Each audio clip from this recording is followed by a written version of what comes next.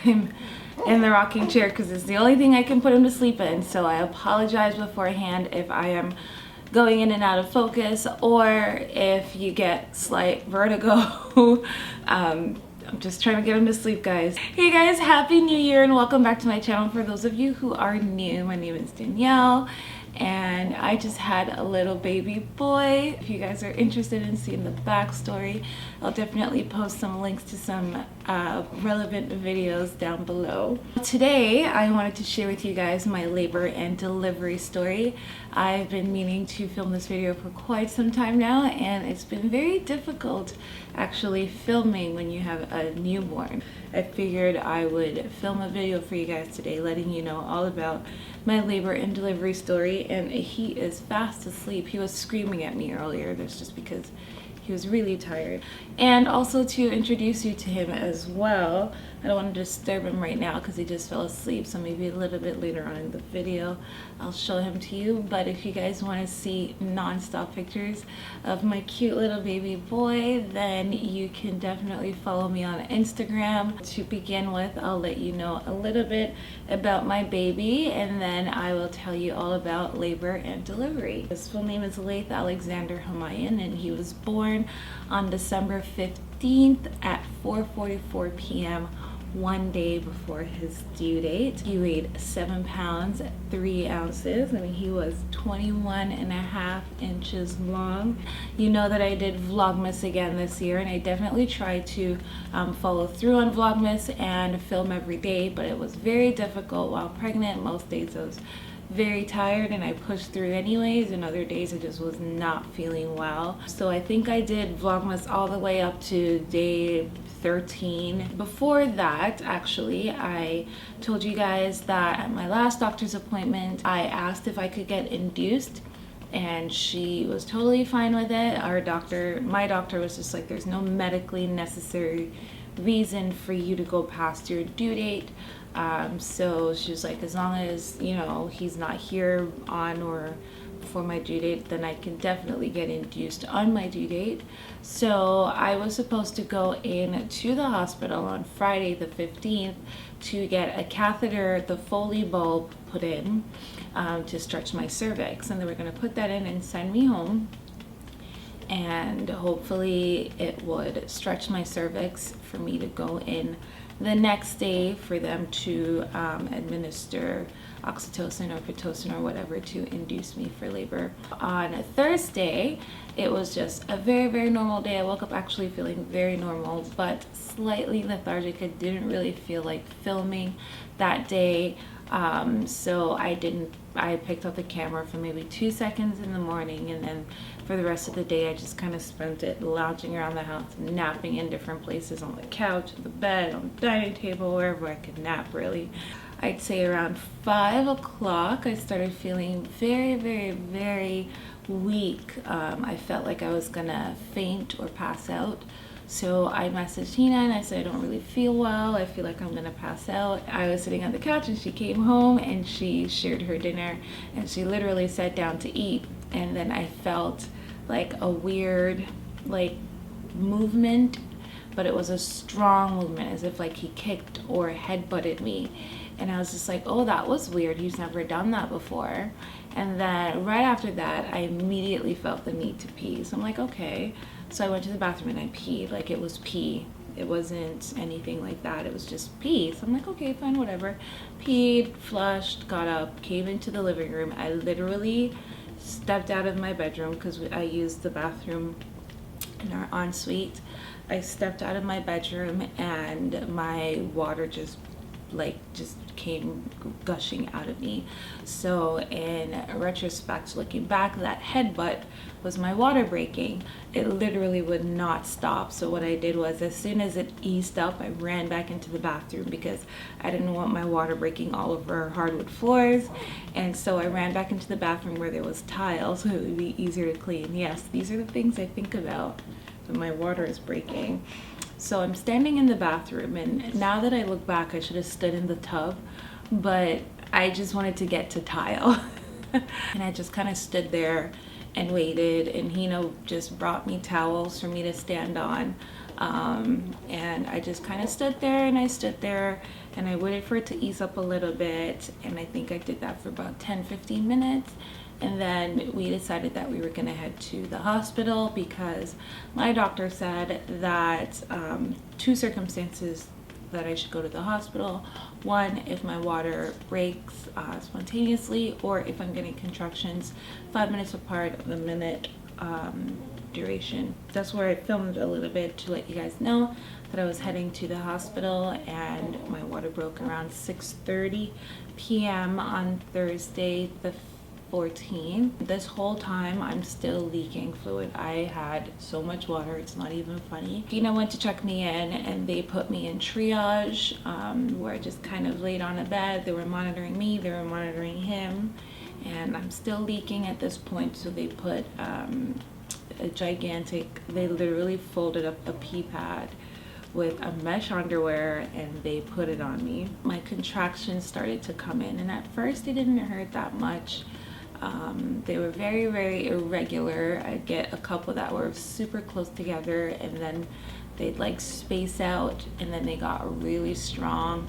Like even Hina was watching, she's like, ooh, that one was off the charts. And I'm like, I know. The hospital was super busy that night, so we waited for about 6 hours in triage. I was just in there, they were monitoring us. I think we got a room around 12:30, and it's interesting because my doctor was gonna send me home to finish laboring and then to come back when my contractions were regular, but she said that she noticed an irregularity on my charts. So she went to check it out, and she came back to let me know that every time I had a contraction, his heart rate would drop. So they wanted to keep an eye on it just in case, you know, we needed any emergency procedures or anything like that. They took me to labor and delivery. At this point, my contractions were getting really strong. They were still irregular, but they were super painful. And initially I wanted to have a natural labor, but when they checked me, I was 1 centimeter dilated, and I was not making any progress. So I decided that I didn't want to have a very long painful labor, so I asked for the epidural. It wasn't painful at all, just a little sting. It took a while for it to kick in, and then when it finally did kick in, it didn't work. Okay, so I'm feeling it. My legs are really numb, so that's a good thing. It's just gonna work its way up. But before it even got to the point where it was working its way up to my, you know, midsection, it started wearing off. And I said to the nurse, I'm like, is it normal for it to wear off so quickly? Because they gave me a button and I was pushing it, like I maxed it out. And I'm like, it's still wearing off even though I'm pushing this button.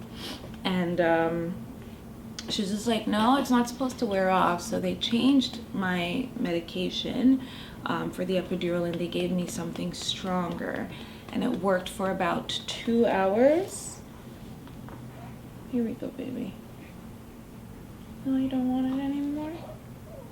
And then it started wearing off again, and I'm just like, I can feel everything. I can feel every single contraction, and it wasn't pressure or anything. It was pain. I was in pain, and it was bad, and it hurt, and I was crying, and I was squeezing the life out of Hina's hand. I'm just like, this hurts, and I just couldn't even scream really. I just kept talking to myself, so I just kept on saying, I'm like, you're okay, you're okay. Every contraction I was just like, you're okay, you're okay, you're okay. I don't know why, but telling myself that I was okay made me feel better. The only place that I was super numb, and at this point practically dead, was in my legs. I couldn't feel anything from my thighs downwards. My legs were just completely numb.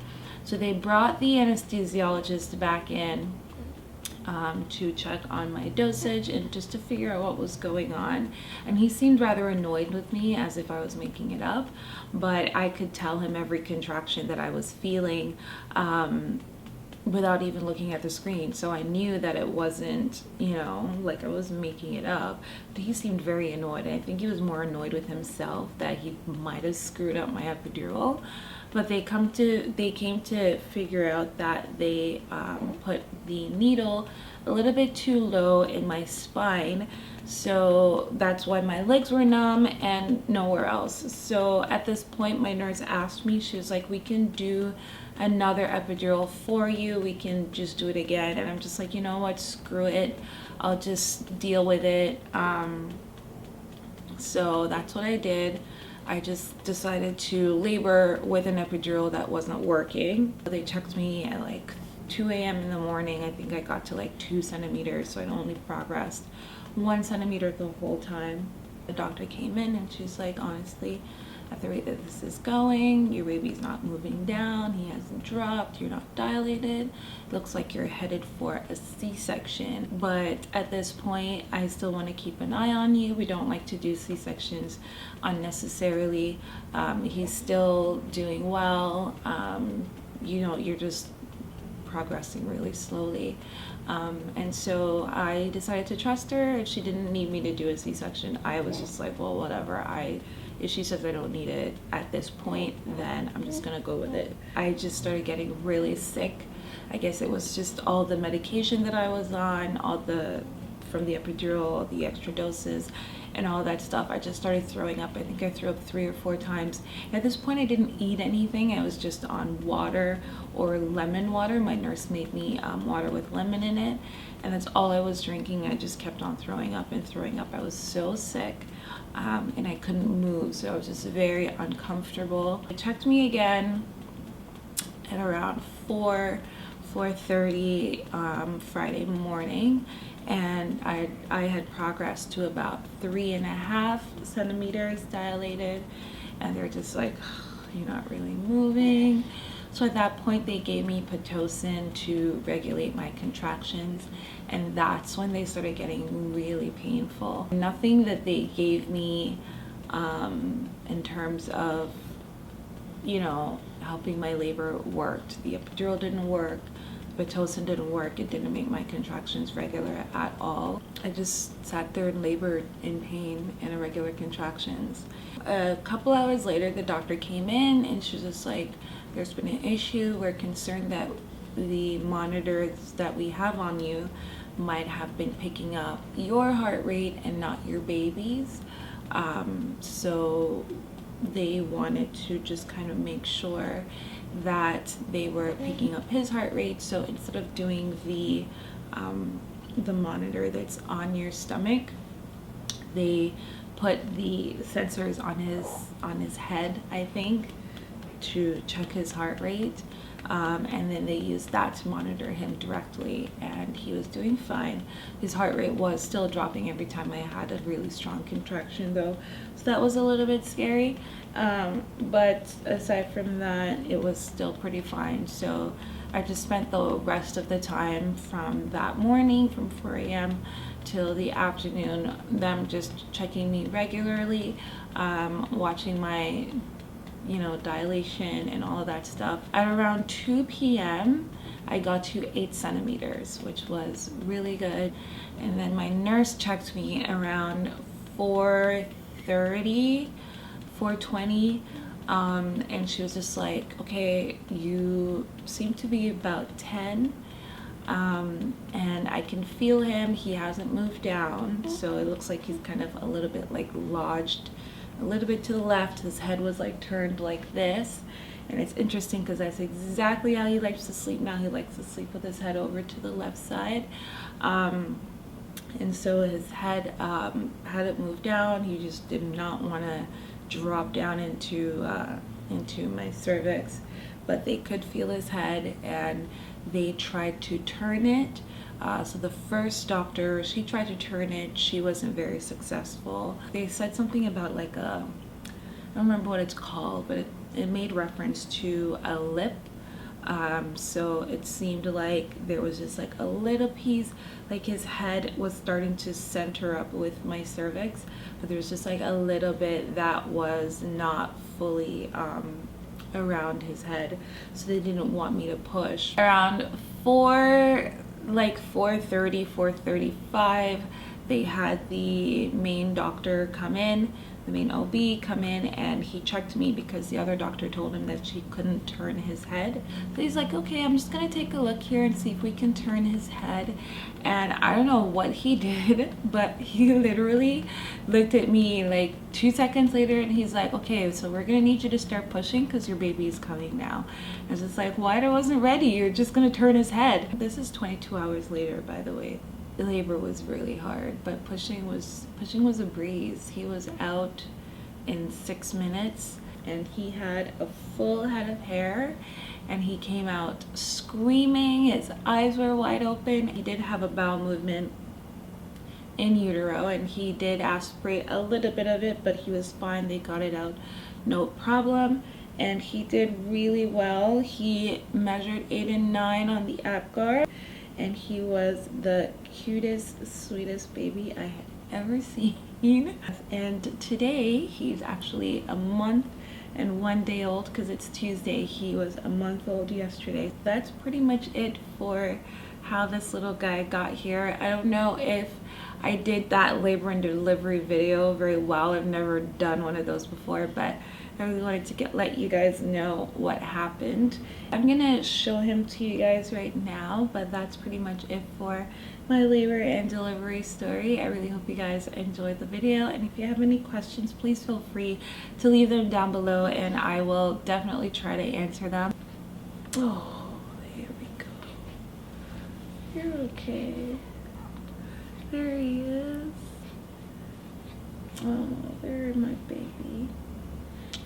There's my baby. Here he is.